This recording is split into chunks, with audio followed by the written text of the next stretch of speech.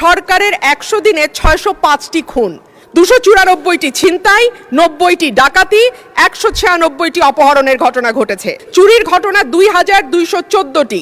মাননীয় স্পিকার, আপনাকে অসংখ্য ধন্যবাদ। মাননীয় স্পিকার, কেন যেন অপ্রিয় বিষয়গুলো আমার ভাগেই আসে। গতকাল টিআইবি একটি রিপোর্ট দিয়েছে, সেই রিপোর্টে বলা হচ্ছে সরকারের ১০০ দিনে ৬০৫টি খুন।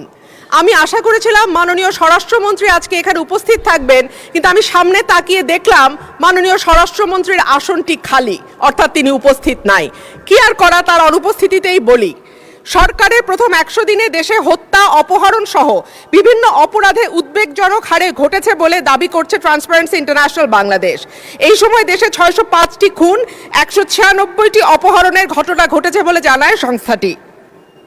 প্রতিবেদনে দেওয়া পরিসংখ্যানে দেখা যায় মার্চ ও এপ্রিল মাসে মোট ৬০৫টি খুন, ২৯৪টি ছিনতাই, ৯০টি ডাকাতি, ১৯৬টি অপহরণের ঘটনা ঘটেছে।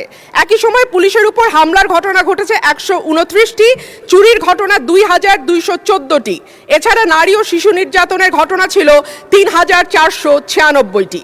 আলোচিত সময় ধর্ষণের শিকার হয়েছে ৭৮ থেকে ১০২ জন, গণধর্ষণের শিকার ৩০ থেকে ৩৬ এবং ধর্ষণের শিকার শিশুর সংখ্যা ৪৯ থেকে ৭১ জন।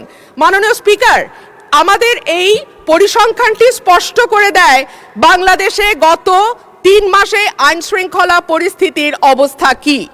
আমি বলেছিলাম যে এই সরকারের অর্থনীতি এবং আইন শৃঙ্খলা, এই দুটো বিষয়ে যারা মন্ত্রণালয়ের দায়িত্বে আছেন তাদের উপরে নির্ভর করবে ৫০ ভাগ এবং বাকি ৫০ ভাগ অন্যান্য মন্ত্রণালয়ের উপরে, যে এই সরকারটি কতটুকু সফল বা ব্যর্থ হবে।